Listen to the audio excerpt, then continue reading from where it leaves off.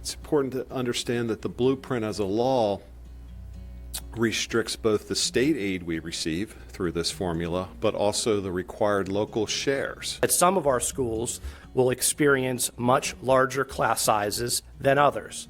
But the spirit being that additional resources will go, additional and shifting resources or reallocating resources will be made to support schools with higher concentrations of compensatory education.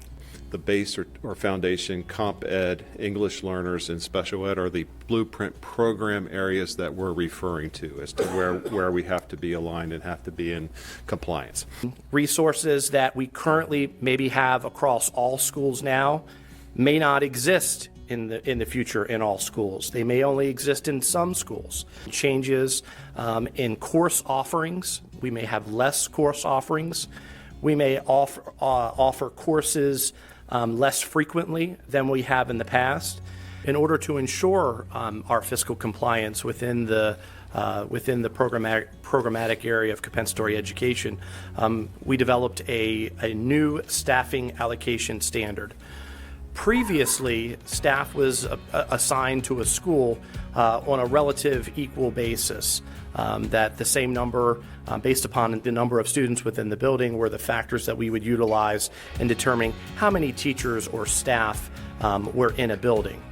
To reach that fiscal compliance piece, we have to change that. And we developed a new staffing allocation standard, and it is a different standard for elementary, middle, and high. You can see that up there on the chart. Based upon the number of compensatory education students within that building at that level, we can apply a tier to that.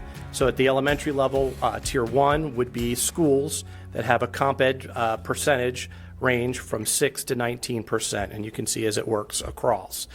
There is also a staffing allocation ratio that goes along with that. And I'll caution our community and those who are watching, that doesn't mean that's what the exact class size will be. That's just the ratio of staff to students. And elementary schools, middle schools, and high schools have very different instructional models, and therefore staff vary differently at each of the 3 levels.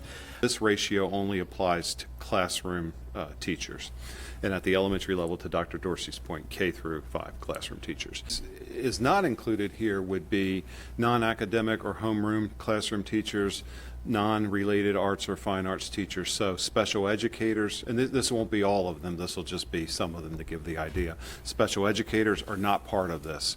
Counselors not part of this. Related service providers like speech language pathologists not part of this. Other specialists, reading specialists, math specialists aren't part of this.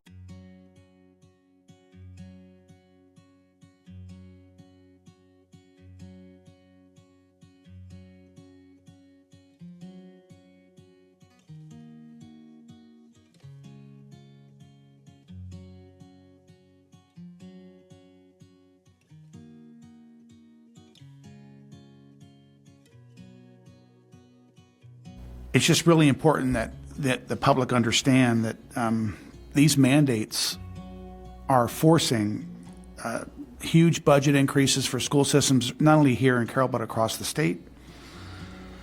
It's going to make us move significant numbers of teachers around our county, whether they like it or not. And it will have an effect on class sizes, as you mentioned. All of those things are thrust upon us, not something that we wanted to do locally. It'll also have an impact on the courses that we offer in our high schools, especially at the secondary level, because you won't have enough teachers at some of these schools to offer the numbers of courses. So it's really important that the public understand the impact of Blueprint and how it significantly, as Dr. McKay mentioned earlier, changes how we do business here, or will over the next 3 years. It's really important that the public get involved and have communication and discussions with your legislators in Annapolis. We need major reforms to Blueprint. We need more local control so that we in Carroll County can manage how we educate our kids and not have edicts thrust upon us.